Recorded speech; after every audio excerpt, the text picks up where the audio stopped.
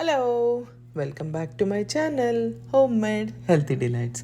ఈరోజు నేను చూపించకపోయేది పల్లీలతో చట్నీ అండి.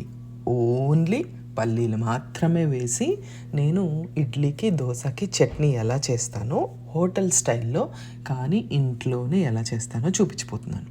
దానికి ఫస్ట్ కడాయి పెట్టుకొని స్టవ్ ఆన్ చేసుకొని 1.5 కప్ పీనట్స్ తీసుకుంటానండి. దానికి సరిపడినంత నూనె లేకుండా కూడా వేయాలి అని అనుకుంటారు.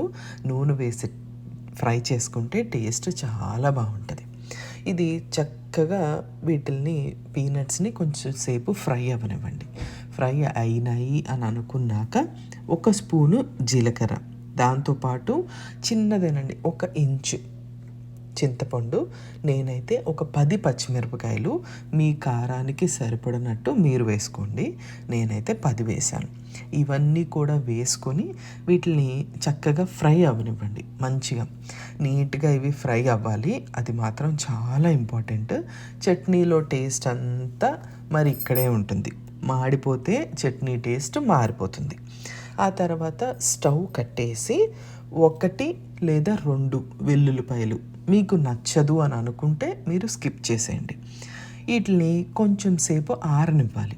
బాగా ఆరనిచ్చి స్టవ్ మీద నుంచి కిందకి దింపేయండి. నాకంటే కాయిల్ కాబట్టి దానికి వేడి ఉంటుంది, అందుకే నేను పక్కకు పెట్టేసుకుంటాను. అలాగే వదిలేస్తే కూడా మాడిపోతాయి, అది కూడా గుర్తుపెట్టుకోండి. అందుకని పక్కన పెట్టుకోవాలి. ఆ తర్వాత మిక్సీ జార్ తీసుకొని మనం వేయించి పెట్టుకొని చల్లారిపోయిన పల్లీలు, పచ్చిమిరపకాయలు ఇవన్నీ వేయించి పెట్టుకున్నవి వేసేసుకుంటాము. వేసేసుకొని దానికి సరిపడినంత ఉప్పు, చిటికెడు మాత్రమే పంచదార బాగుంటుంది వేసుకోండి. వేసుకొని ముందు నీళ్లు పోయకుండా దీన్ని మనము చక్కగా బరకగా మనం మిక్సీ చేసుకుంటాం. అస్సలు నీళ్లు పోయొద్దు. నీళ్లు పోస్తే అసలు బాగా నలగదు. ఎప్పుడైతే ఇలా బరగ్గా రుబ్బుకుంటామో మిక్సీ చేసుకున్నాకే ఎంత కావాలనుకుంటే అంత కొంచెంగా వాటర్ పోసుకుంటూ మిక్సీ చేసుకోవాలి.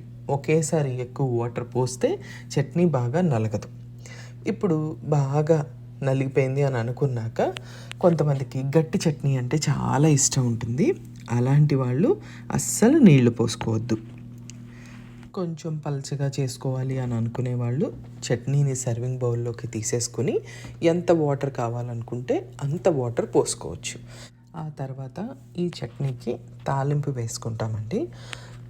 జీలకర్ర, ఆవాలు, శనగపప్పు, ఇంకా మినప్పప్పు ఇవన్నీ నూనె కాగినాకే వేసుకోండి సుమా.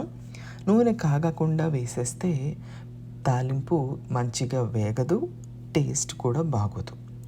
అవన్నీ వేసేసుకున్న తర్వాత ఎండుమిరపకాయలు కావాలంటే వేసుకోండి, లేదు అంటే స్కిప్ చేసేయండి. ఆ తర్వాత కరివేపాకు, అవి చక్కగా చిటపట్లాడిన తర్వాత ఈ తాలింపుని తీసుకెళ్ళి చట్నీలో కలిపేసుకుంటాం. ఇలా అప్పటికప్పుడు ఏ రోజుకి ఆ రోజు చట్నీ చేసుకుంటే టేస్ట్ చాలా బాగుంటుందండి. ఒకవేళ నిల్వ ఉంచుకోవాలి అని అనుకునేవాళ్ళు 2-3 రోజులు, నాకైతే అమెరికాలో 3-4 రోజులైనా చట్నీ పాడవదు. అందుకే నేను ఎక్కువగా చేసుకుంటూ ఉంటాను. ఈ చట్నీ చక్కగా ఇది కనుక వేడి మీద మీరు మిక్సీ చేసేసి ఉండుంటే చట్నీ చాలా వేడిగా ఉంటుంది కదా, దాన్ని చల్లారనిచ్చినాక ఫ్రిడ్జ్లో పెట్టుకోండి. ఈ పల్లీల చట్నీ మీకు నచ్చినట్లయితే నాకు కమెంట్ చేయండి. Thank you. బాయ్.